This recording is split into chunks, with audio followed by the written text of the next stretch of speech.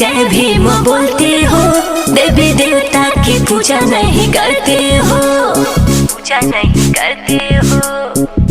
सुबह शाम बस जय भीम बोलते हो, देवी देवता की पूजा नहीं करते हो। सभी कहते हैं तू कट्टरवादी हो गया, कट्टरवादी हो गया, कट्टरवादी हो गया।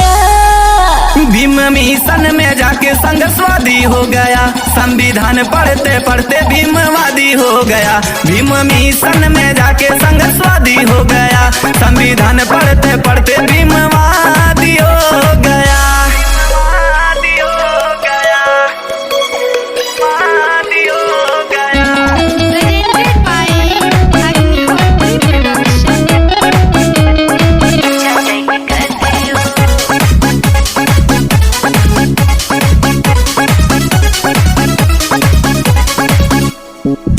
भीम जी के क्यों इतने दीवाने हैं, मनुवादी क्यों इनके निशाने हैं,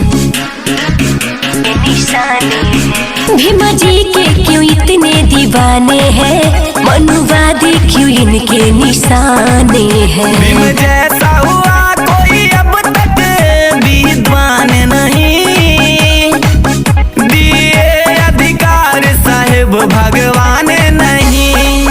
बात वायरल है तू नास्तिकवादी हो गया, नास्तिकवादी हो गया, नास्तिकवादी हो गया। भीम मिशन में जाके संघर्षवादी हो गया, संविधान पढ़ते पढ़ते भीमवादी हो गया। भीम मिशन में जाके संघर्षवादी हो गया, संविधान पढ़ते पढ़ते भीमवादी हो गया।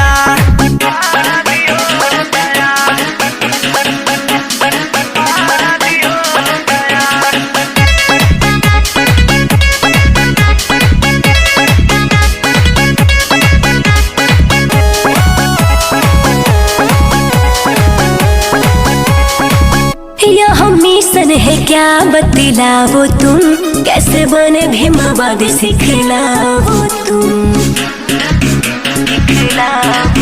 यह मिशन है क्या बतलाओ तुम, कैसे बने भीमवादी सिखलाओ तुम। बनना भीमवादी बच्चों का कोई खेल नहीं, पाखंडवाद भीमवाद में कोई मेल नहीं। सारा मानुष संदीपक मिशनवादी हो गया, मिशनवादी हो गया, मिशनवादी हो गया।